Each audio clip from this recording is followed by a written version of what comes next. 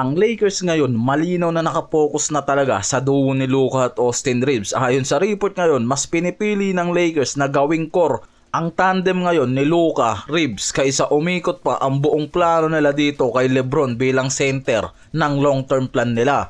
Ibig sabihin kasi kahit available na ngayon si LBJ, hindi na palaging siya yung unang tatawagin para maging go-to scorer o primary option. Kita naman natin ngayon sa nagiging movement, mas pinipili talaga ng Lakers na manguna si Luka at maging secondary itong si Reeves.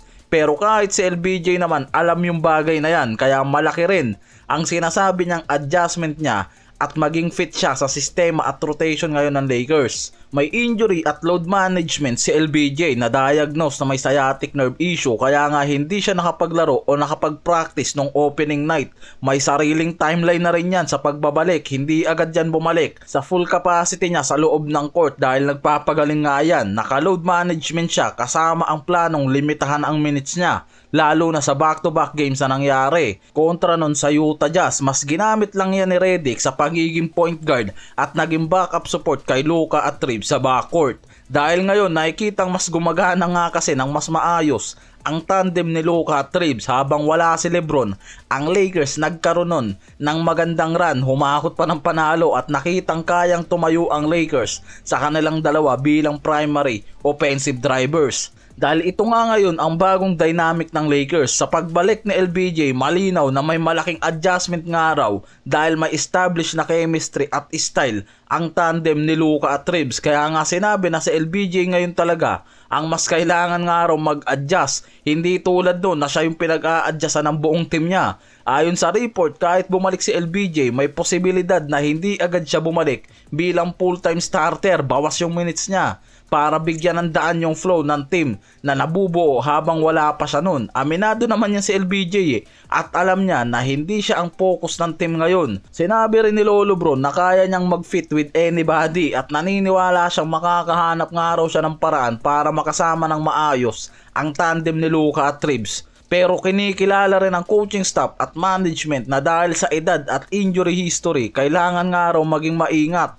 at maayos yung role nga raw nitong si LBJ ngayon sa rotation nila. Ibig sabihin, hindi pwedeng katulad ng dati na buong laro at may heavy minutes siya. Kaya nga more on playmaking nga ang ginagawa niyan at uma-absent na rin sa game. Lubog litaw ngayon itong si Lolo Bron sa lineup nila. May ilang analyst din kasi ang nagsasabing baka mas komportable na nga raw ngayon ang Lakers kung si LeBron ang magiging part-time star na lang, working around sa duo ni Luka Reeves bilang core. Sa madaling salita, magiging backup na nga lang raw talaga ngayon itong si LBJ kay Luka at Reeves. Dahil malinaw na ang Lakers nagiging mas modern team na, hindi na lang nakaasa sa isang superstar tulad nga ni LBJ nun, kundi may malawak na rotation at maraming go-to guys na. Pwede pa rin namang maging difference maker si LBJ, pero hindi palaging go-to option na dahil para sa future nakapokus na ang Lakers. Maaaring maging model ito ng transition plan habang medyo tumatanda na talaga itong si LeBron. May bagong core, Luka plus Reeves at yung iba pang role player, habang ginagamit pa rin yung legacy at galing ni LeBron sa tamang paraan na nga lang daw. Nakikitang pwedeng maging suporta yan o backup superstar na lang dito kay Luka at Reeves